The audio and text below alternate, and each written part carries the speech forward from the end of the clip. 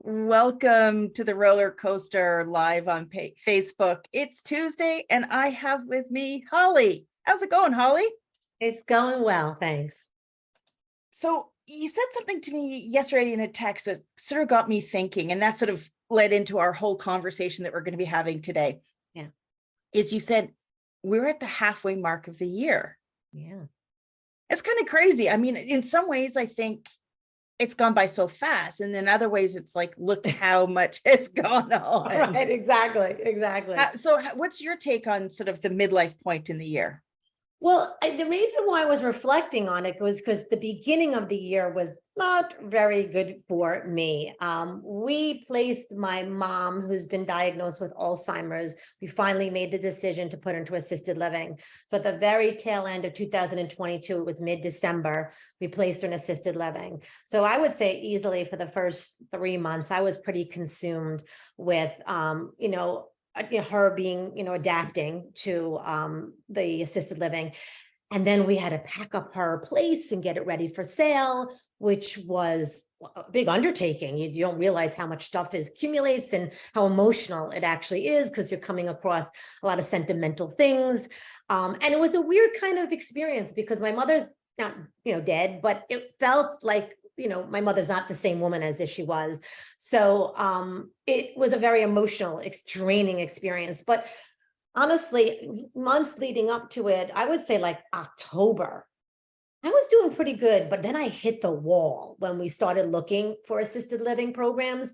And I started losing a lot of sleep. Like my bandwidth was becoming less and less and less because I just wasn't getting sleep. It's very unnerving to have her living alone in where she was living. My father is deceased for many, many years, and she was a very independent woman up until about, I would say she's 88 now. I'll give her till 86. Like it went fast and furious, like, diagnosis. And then she went off the cliff very quickly. So it became very unnerving for my sisters and I. And I really lost a lot of sleep. So with that being said, it wasn't great. January, I would say solidly through the mid-March, it was, I was doing what I needed to get done work-wise. Work was a salvation because it got me out of my own world as far as working with my clients and running my groups. But anything else like content development was such a struggle because my focus was so poor from the lack of sleep and just from being consumed by this huge curveball that had been thrown our way. And I really didn't find my grounding until I would say like mid-March. I got my ass back into therapy. I did, because I was like, whoa, and I've talked about this, I think, before. I am a recovering control freak. That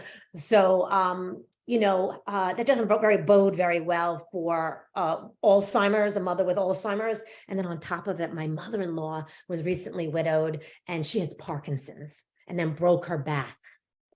Oh boy. So it was like a shit storm, like a sandwich of, both. And it's, in both my scenarios, there's no light at the end of the tunnel. So like, it's learning to cope with this. So that's when I said I had to get back into therapy. And I was going to go the coach route, but I was like, you know what? I'm realizing a lot of family stuff was rising to the surface. So I kind of wanted to really peel back some layers. So I decided to go the therapy route. And that helped hugely, and still is. It still is. But that, like I said, I am just getting my head above water now. So I am ready to dig back in, and though I'm really excited that summer is here, I need to make up for some lost time, say the least. I think I'm on the polar opposite to you. Yeah. Because I started off the year like really strong. I was excited. I was turning 50 in May. I had a lot going on, and there's all these, I was making a lot of movement forward. I got my my free program, the 3 steps to go from hot mess to badass. I got that done. I was really proud of that, and I was making some great connections. Yeah. And then, if we have the sound effect for the screeching record, and it's just kind of like, that's when the universe steps in and goes, oh, hang on a second. Yeah. And now I'm dealing with this health challenge. Yeah. And it was a curveball. I still don't have any answers, although it's becoming more and more obvious what, sort of what it is and what I'm going to be dealing with. But it wasn't expected. And I think the thing that we forget to do in these situations is just to take the time to honor what you said before about the emotional bandwidth that it takes. Yeah.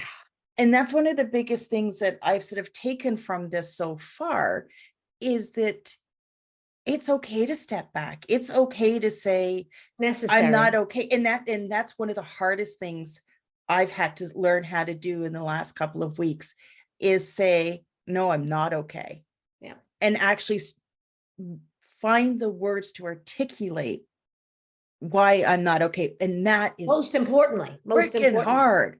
Well, That is hard. although I would think for someone like you who's pretty insightful, it might come a little bit easier than most. But what you're talking about, that emotional granularity, is so vital, because if you're not specific as to what you're experiencing, it's very hard to resolve it and be accurate or strategic in going about, putting in the proper, supports that you might need. So that's key. That's key. Yeah. And you'll have to step back in order to do that, because if you're still pushing ahead, how can you be self-aware enough to know what you're really experiencing? And that's really goes back to how we originally met. That first podcast that we spoke about leaning into the struggle, but yet still moving forward powerfully. And I don't believe you can move forward powerfully unless you lean into the struggle. And the truth is, in midlife, there's a whole lot of it all at once. There's a lot. I'm not saying that in, earlier decades, we're not, struggling with anything. It just is so much change happening at once. And you're saying something that's really important, the physical component, that played a big component to why I was struggling so much with my mom's situation and my mother-in-law situation. I'm postmenopausal. I no longer have the progesterone or the estrogen to help combat anxiety or depression. Those hormones are in place and they help you fight those things. I don't have that as a safety mechanism anymore, as a defense mechanism, I should say. So it really addled me. And I kept on saying, like, what the fuck, Holly, you can do this. You've dealt with harder things. And I just was like, I kept on getting in my way, and I kept on getting in my way. And that's when I realized I got to get some help here, because I can't do this alone. I can't get out of my own way. I need another insight here. And that's when I, reached out and I, started to go back to therapy, because I realized, this is a different ballpark now. I am not the same person I was. And you know what? Best thing that ever happened to me, Lucy, because I'll be honest with you, I am exhausted. I don't want to be a control freak anymore. I don't. I'm done. I don't want to live the second half of my life always trying to prepare for the shoe to drop. I'm not interested. I'm not interested. It's, worry is there for a reason if we can be proactive, but once we're proactive, that's it. You can't just get ahead of it. Like, shit's going to happen. And that's what happens in midlife, these curveballs. And that, the hormonal mess that comes in midlife, I think what they don't, or what's not touched upon and what's not shared enough, is how crazy that can truly be. Yep. Because in the past week, I have experienced so many, like, this has been the wildest ride I've been on in the last couple of weeks, just trying to get right in my own headspace and work through, because before I can talk about something to somebody, I have to get it straight in my own head. Sure. I sort of have to talk myself through understanding and rationalizing and categorizing things before I can even think of dealing with somebody. But within the context of doing that, you can have some crazy ass thoughts. You can go from one extreme to another. And I think that's that tiny portion of telling women that your mind can go to some really crazy places in a short span of time. Yeah. Just because of your hormones. Now, I am taking hormone replacement. They're going to change what type of hormones I'm having in the next couple of weeks. So hopefully that's going to be serving me better. Yeah. But even being on those hormones, I still struggle with those things, the anxiety, the depression, the worry, the uncertainty, all of those things. And I think that's what midlife women aren't told enough, is that shit that comes up that you're dealing with is because your hormones are changing. It's not because you're less capable of dealing with it, because I mean, God knows, as women, we've dealt with some very challenging things. So not only do you have this hormone mess, we're caught in this perfect storm because all of these other things can change. We're sort of known as that sandwich generation, where, as you've clearly shared, you're dealing with aging parents. Yeah. You're still supporting your children. You have your own Yeah. life, your own business, your own things going on. So we have it coming at us from all sides. And I'm not trying to negate what any man is going through. We just No. have the extra layer of not having the same hormone balance that we've had the luxury of having for the rest of our No, and you lives. know what the sad thing is, Lucy, is that I don't even think most women really even realize that that can be contributing to what's going on, because it's not talked about. We're not educated about it when we go to the gynecologist or to the doctor. How are you feeling emotion? It's not talked about until just recently.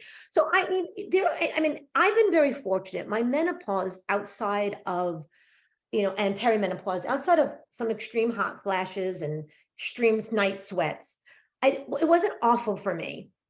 Like I said, I found the postmenopausal, because my way of coping wasn't working for me anymore. But there are some women who I have spoken to, and they genuinely feel like they're going out of their minds. Like it's a really, really difficult challenge for some women.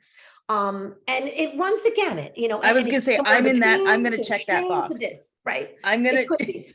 But no one is given the heads up about it. And so a lot of the times when women come to me, and they share with me what they believe the issues are, they're not even considering the health component. They're just thinking that there's something wrong with them, that there's something wrong within their relationships, that there's something wrong within their career that they're not enjoying. They're not even considering the physical component that might be going on that's contributing to all of this. That's the really unfortunate part. And I'm not saying that is all of it, because certainly the other stuff can, be a heavy burden on people. It's a time in our life where, we are often questioning our careers, or maybe want to ramp up our careers, or want to retire, change our careers.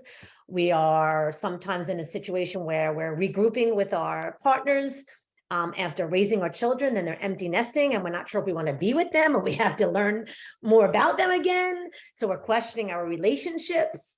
And then there's our own selves, with, where am I in all this? Who am I in all this? So those are really valid stuff. But then you mix in the hormonal changes. Yeah. It's a recipe. Because women don't know that the crazy thoughts, the anxiety, the depression, because they don't know that that is a contributing factor with their hormones. Yep. They don't bring it up with their doctors. Yep. And, I think I only know what I know is from the conversations that I've had through this podcast, through all the different guests I've had on the show. Each guest I learn from, and I gain more experience and wisdom, and you can piece all these pieces of the puzzle together and you have a better understanding. But if it weren't for some of these conversations and these connections, I would have no clue. Same here. I would have no clue. And the problem is that when you don't know why the problem exists, it can feel indefinite. Like this is going to be hopeless. forever. You're feeling hopeless. It's that lack of hope. Yes. But once you understand, once you understand, okay, wait a second, I'm feeling this way, I'm thinking this way, I'm acting this way because of this. For me, it just helps me better categorize and place my thoughts. And it's because you can say to yourself, okay, this is just a bad hour. This is just a bad day. Right. I need to remove myself. I need to do something to center and regroup. Yep. But myself before that, is why I hit rock bottom, is Yeah, I because hear you. I did not know that those crazy ass thoughts, all Yeah, those questions, that uncertainty, I we're had no valid. clue We're that had to do valid. with my Yeah, hormones. yeah, And that's why I fell so low. yep. It's a very scary place to be, especially after you come from living a life of, not everyone's raising family, but, this productivity, this place of accomplishment, this place of going and doing and just, following that roadmap. And then all of a sudden, like you said, it's like a screeching halt, to like, what happened to me? Where am I? Who am I? And, like you want to snap out of it, like, slap yourself silly. Like, why can't I? And and we try. And like you said, I remember experiencing it and I'm like, I would, I'm plugging in all the tools, all the techniques. This is what I do for a living. And then, of course, to make it worse and add insult to injury, I'm like, Holly, you should know better. You're a coach. Used to be a psychotherapist. What is wrong? So then I'm beating myself up, feeling this way. Finally, I'm like, this is bullshit. I cut and bleed. And, like I really felt like the universe was saying to me, get off, take off your super cape, get off this high Yeah. pedestal and join the crowd. Because this, and I've not that, listen, I've experienced many highs and lows in my life, but this one was a rattling like no other. And I do believe it was based on what I was throwing at myself. It absolutely sucks with my mother and Alzheimer's, my mother-in-law. I got to be honest with you, empty nesting. I love the time that it's given me. However, learning how to all of a sudden let go for a control freak isn't necessarily an easy thing, knowing I can't kiss my kids' boo-boos and they have to figure it out on their own. Like I said, I was thrown into the freaking deep end of, Holly, sorry, my friend, you don't have control. But it was the best thing that happened to me. But did it rattle the shit out of me? For months, for months. It couldn't get out from underneath it. And it was a scary place to be, thinking like, am I always going to feel this way? And is it always going to feel this way? And when I was talking myself through it, Holly, you ebb and you flow, you ebb and you flow. I'm like, oh yeah, but this one's really feeling for a long time. I'm not sure I'm going to come out on the other side of it this time. You start to being like, this is a long one. And, I say this to my clients, like we joke, when we're in a great place, we never say, God damn it, when is this good mood going to end? When is this high going to end? Well, only, when we're miserable, we're like, oh, I can't stand this anymore. I feel like I'm on fire. And we don't give ourselves that grace. We just never, because everything is a high and a low. It's just the inevitability of the human condition. And I think we talked about it last week, like even athletes have off season, like you're going to have off seasons. You're going to feel it. So when you're feeling good, feel it, run it, ride it, feel good, and just be prepared. You have to be more well-equipped. And that's a large part of my work, Lucy. We talk about that empowered energetic state. This is what it's all about. Because if we don't create an empowered energetic state, we're not going to be able to handle the curveballs. Yeah, I want to create an empowered energetic state for women so they could just fly. But at the same time, I want them to know that they need to create an empowered energetic state to bridge the gap when they're feeling the lows. And those are the things that we really get into when we deal with, the 6 influences on our energy and what we need to tap into so that when physically we're feeling it big time, what are we going to lean into on the other influences to help us move through this? And then what do we need to do on the physical end to empower ourselves and advocate for ourselves? So that's a lot. That's exactly what my whole program is rooted in, because it's going to come. The curveballs are going to come. They are going to come 100%. There's nothing. You said you were a recovering control freak. Yes. You couldn't have planned your way out of everything you dealt with. Nope. It was going to come. I did it for a long time, Lucy. And it did not That didn't work out too well. No, it didn't work out so well. No. But that's why, for me, it's having those sacred things in your day. And mine is always how I start the day. It's always, my journaling. I've been doing, since we've had nice weather, my meditation, I've been changing a bit, where it's just like, I'm just outside, just appreciating, being present and just being that way.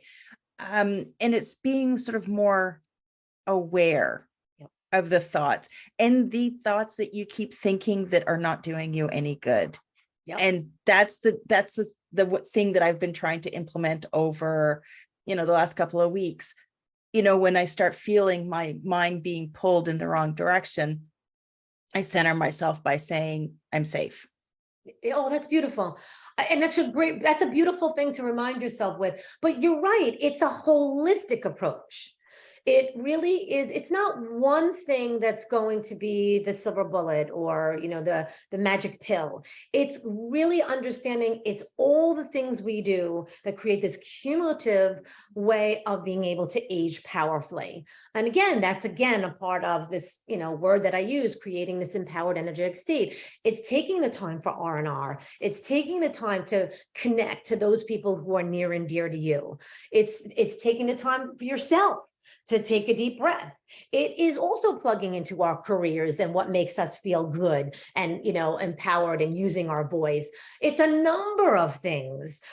It's not just one thing. And I've said this before, we've all been fooled to believe that if we can secure certain aspects in our life, we'll, alas, be happy.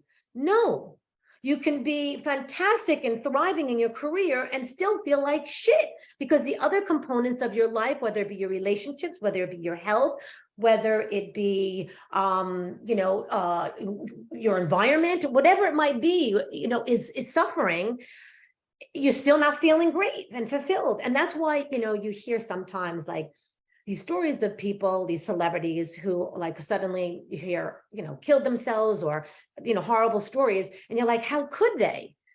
Because even though all this was going on in their lives, because it's not just about that. It's about our, happiness is an inside job, our emotional well-being. What is our mind driving us to do? Are we succeeding on the outside because we're driven in a very dysfunctional way? What's going on? And then emotionally, we're not well because then we're on that treadmill of needing to accomplish, not for ourselves, but for everything else. So it's that emotional component is huge, huge. And it's, it, for me, it also comes down to understanding that it's more than the labels that we represent ourselves as, and it's more than the things that are quantified and measured. Yes.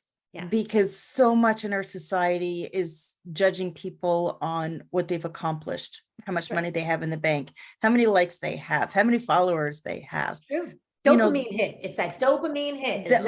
Those are the things that, people seem to be judged by. And they're, in all of it, people have forgotten that it's really more about, like you said, what goes on inside, that spiritual side of ourselves. And spirituality, it has nothing to do with religion and for where I'm coming from. It's just who you are and how you connect to yourself, your higher self, and consciousness as a whole. But that's not what our society lends itself to. No, it does not. It's and that's why we have a lot of dysfunction. It's funny. I don't know if I've ever shared this with you, but part of my signature program, I do an assessment. And I call it the Live to Thrive assessment, but it's the assessment I actually use is called the Energy Leadership Index. So you probably have heard of other personality tests like Myers-Briggs, DISC, the Enneagram, and those are wonderful, but they tell you that you're like A, B, or C type of person. The ELI, and you can look it up, it's the Energy Leadership Assessment, is more of an attitudinally based assessment.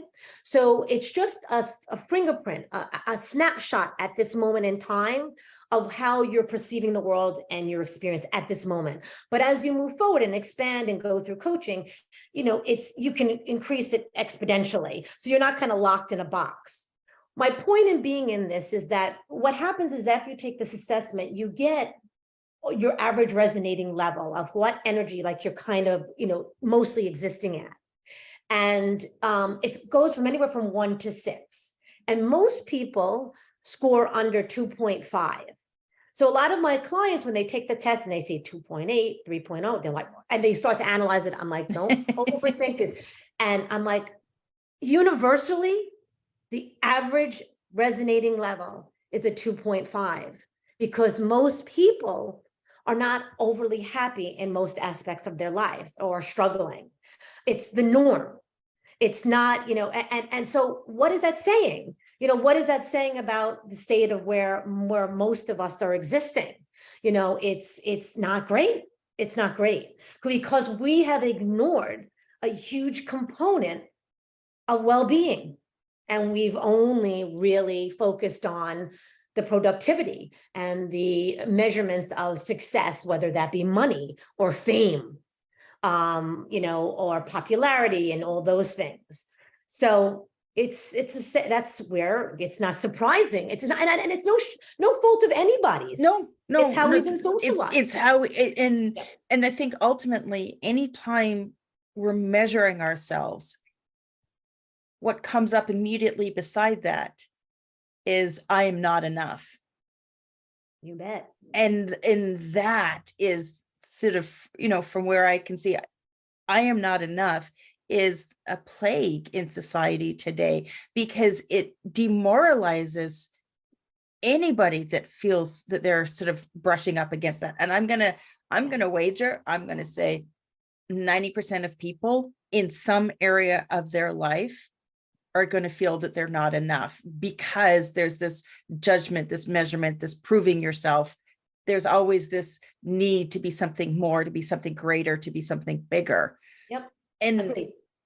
it's funny, it was something I was journaling about this morning. It's, why do we do that? Why am I not just okay just being exactly where I am? Because that's my point in my journey. My journey is that Lucy is exactly here today. Yeah. I don't know where Lucy's going to be tomorrow, but this is where Lucy is today. And I have to be good and happy with where Lucy is today. It doesn't mean that I don't want to strive for more, but it's that finding that grounding in, I guess it comes down to gratitude for the abundance that you have in the moment. Yeah, and I think also it's not even that, like, I mean, some of what got me, part of what got me out of, I can't say, that real bad low that I had was the awareness that there's an opportunity in this situation. There is an opportunity for some major growth here, Holly, because that's what often happens. Like, no one wishes ill will on anyone, but unfortunately it's in the most painful experiences where we learn and grow. That's where we grow the most. It's the truth, and no one wants to have that, but that's where the good stuff really happens. And that's why I'm such a firm believer that midlife is the most powerful time in our lives, because there is so much mishamagog that's going on, or angst, however you want to call it, whatever you want to call it. But how much wiser are we? How much more do we know ourselves? How much more do we give less of a shit what other people think? How much more are we just done with feeling less than? So when you combine the angst with this fed upness, it's a powerful place to be. But unlike, because you could have told me probably, I don't know, you could have hit me over the head hundreds of times when I was in my 30s, even my early 40s, Holly, you're a control freak, you're a control freak. And I would have rationalized that to death, how it's serving me and how it's serving me. Well, not so much anymore, because when you're young, you haven't had that opportunity to put your hand over the stove, get it burnt again, get it burnt again, get it burnt again, and realize, oh, they're right about this. This isn't working for me. It takes that, life experience tucked under our belt to realize, okay, I learned that lesson finally. Let's get busy here, Yeah. So that's why I do think really midlife is the most powerful time in our lives, because of that combination coming together, that catalyst. It's very powerful, very powerful. It's uncomfortable as all hell. I'm not gonna lie, it's very uncomfortable, but it's also quite liberating at the same time. It's a weird polarity. And there is a lot of power in when you're in those situations of challenge, and it's something that I've done with myself, looking at where I am, is that I don't have all the answers as to why this is happening. Mhm. But what I have learned multiple times throughout my life is that at some point I'll be able to look back, I'll be able to connect the dots and go, that's why it happened. Yeah. This is what I learned from it, and this is how I grew from it. Yeah. But it really sucks when you're going through shit and somebody says, oh, look on the bright side. That's when you just want to Oh, throat punch them. that But toxic it's positivity doesn't work well for me. I'm no, not a fan of it. you've talked about Because toxic positivity. yeah, I'm Yeah, not a fan of that. The whole, it could be worse. Yeah, it can always be it worse. could be worse. Yeah, sure could. Always could be worse. But But it's let's talk real. How are you really feeling? You don't feel good. That's your experience. So yep. let's be honest so that we can then resolve it. We can start dealing with it. Because if we try to sugarcoat it or whack-a-mole it down, it's going to pop right back up It and will bite you in the always face find a way. viciously. Yeah. It is. And that's where I'm sort of finding my balance point with what I'm dealing with is just, yes, it sucks. Yes, I'm going to get through it. And at some point, I will be able to look back and say, okay, this is what happened. Yeah. And this is how I grew from it. And Yep. it's almost like you're sort of looking forward to being able to learn from it. I don't know if that makes sense. No, 100% it makes sense. One of my, like a part of my mantras, which we didn't never, is, I'm not done yet. I will determine the level of fulfillment in my life, not my age, my level of participation in life. And I'm not settling for status quo until my dying day. So even though I'm feeling like shit, I'm not going to settle for this. This is not this is not going to define me. This is my end point. And that's what I would say to myself. Okay, Holly, this sucks. This really sucks. You're not feeling it. You're not feeling good. It's been a long time you're feeling this way, but you're not settling for this. You're gonna keep digging as you will, Lucy. Keep talking to your doctors, speaking to the people that you need to, trying out different things, because unfortunately it takes time to, test road these things to find out what is the best thing for you. I'm not settling for status quo.